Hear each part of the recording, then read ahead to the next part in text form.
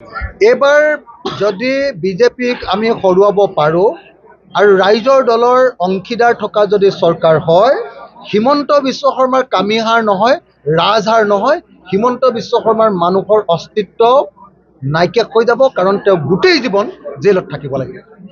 তেওঁৰ সমান ২ নম্বৰী মানুহ অসমত কেতিয়াও জন্ম হোৱা নাই। তেওঁ গোটেই জীৱন যাৱজ্জীৱন কাৰাদণ্ড দিয়াৰ ব্যৱস্থা গ্ৰহণ কৰা হ'ব। আমি হিমন্ত বিশ্ব শৰ্মাৰ যিমানবিলাক ২ নম্বৰী কাম আছে আৰু বিশেষভাৱে যিবিলাক ভুৱা এনকাউণ্টাৰ কৰিলে, ৮০জন মানুহক হত্যা কৰিলে, প্ৰত্যেকটো গোচৰ হিমন্ত বিশ্ব শৰ্মাৰ ওপৰত জাপি দিম আৰু হিমন্ত বিশ্ব শৰ্মাক গ্ৰেপ্তাৰ কৰিম। ক্ষুদ্ৰ বেংকবিলাকৰ যিটো ধাৰ, হিমন্ত বিশ্ব শৰ্মাই মাৰিম বুলি কৈ সেই ঋণ পৰিশোধ নকৰিলে, ঠগি দিলে অসমৰ মহিলাসকলক। আমি ৬ মাহৰ ভিতৰত অসমৰ প্ৰত্যেকগৰাকী মহিলাৰ মাইক্ৰ' ফাইনেন্সৰ সম্পূৰ্ণৰূপে মাফ কৰাৰ ব্যৱস্থা গ্ৰহণ কৰা আৰু আনজনৰ নাম কেশৱ মহন্ত। এই ২জন প্ৰবঞ্চকক ব্ৰহ্মপুত্ৰলৈ নিশ্চয় এবাৰ দলিয়াই পেলাব।